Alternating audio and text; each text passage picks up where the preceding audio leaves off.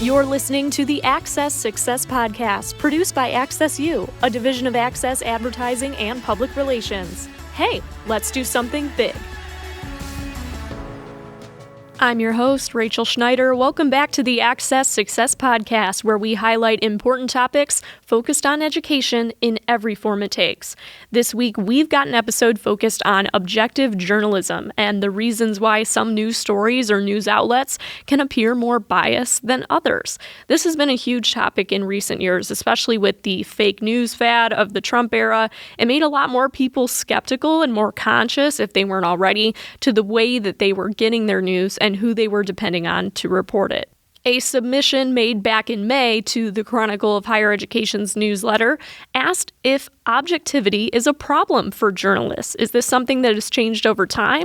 The appearance of objectivity versus maintaining balance has been a long debated subject for those working in the media, and it totally should be. Ethically, reporters, producers, anchors, and anyone else who is a member of the media should strive for unbiased reporting. Keyword there, strive. A person's background, upbringing, their values, their beliefs, those will always play a part in how they experience the world, no matter who you are. Many people watch network news like ABC, NBC, CBS, for example, and other people tend to prefer cable channels like Fox or MSNBC. People who experience the world differently have different preferences in how they want the news to be delivered. You could show two viewers from opposite sides of life the same exact story, and each person would likely take away an insight that the other one did not. And the same is true in that respect for journalists on scene during a criminal investigation, or if they're in the city council chambers during a meeting. Each outlet's reporter may focus on a different angle of that story if something sounds a little bit more interesting, or maybe they have a source that the other reporter at the different news station doesn't. There's so many different factors that come into play here.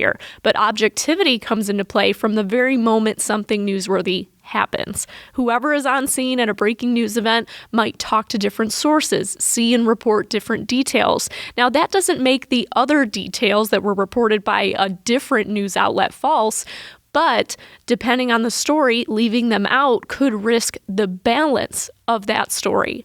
When reporters are interviewing people and editing a story for broadcast or publication, they must practice due diligence. This is an ethical rule for journalists to always reach out for comment from the parties that they're going to mention in their story. And they have to reach out for comment and give them ample time to respond before the deadline. They want to make sure people have a chance to tell their side of the story. However, the problem is a lot of people don't always respond. Many companies defer to saying no comment or simply ignore all requests for an interview or a statement. And I can tell you, as a former journalist, this is not in their best interest, and it can make it near impossible for a story to have balance when one side of the aisle doesn't want to talk.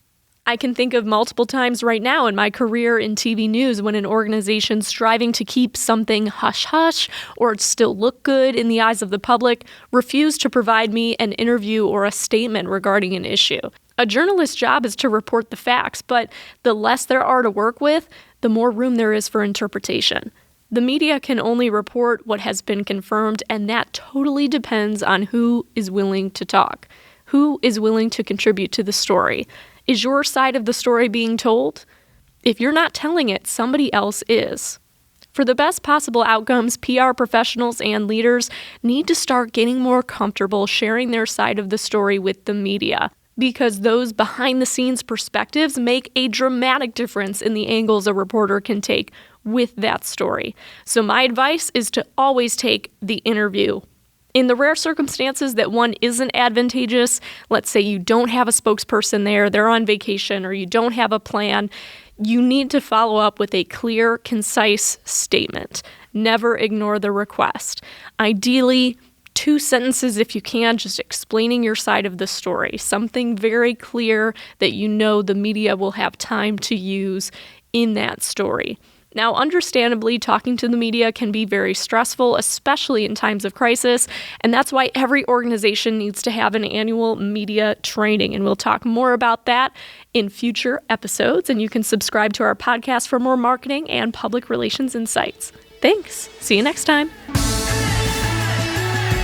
Thanks for listening to the Access Success Podcast, produced by AccessU, a division of Access Advertising and Public Relations. Find us on LinkedIn, Facebook, and Instagram to keep up with what the world of education needs to hear, at AccessU Agency, and connect with us at accessu.com. Let's do something big.